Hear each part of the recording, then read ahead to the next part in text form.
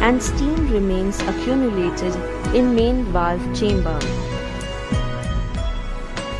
Tightening pressure adjustment bolt compresses the pressure adjustment spring.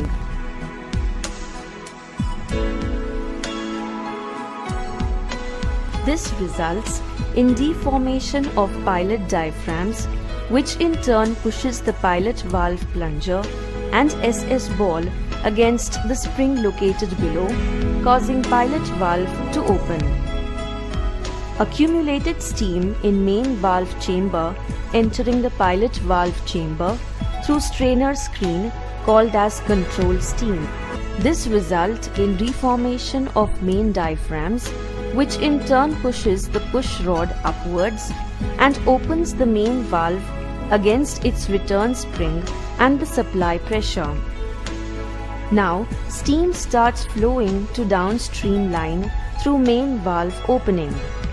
Steam flow through the main valve increases the downstream pressure. The downstream pressure acts through the balancing or feedback line below the pilot diaphragms. When the upward pressure of feedback steam on the diaphragm balances the downward force of the spring, the pilot valve throttles.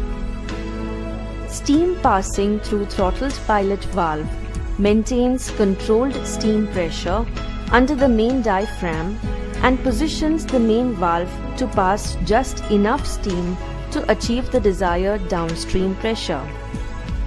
To achieve the desired downstream pressure, tighten the pressure adjustment bolt gradually.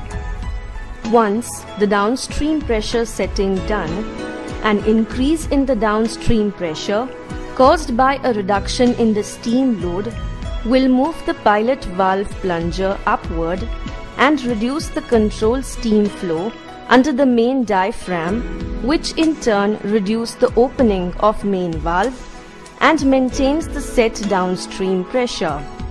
A decrease in the downstream pressure caused by an increased steam load will move the pilot valve plunger downward and increase the control steam flow under the main diaphragm, which in turn increases the opening of main valve and maintains the set downstream pressure.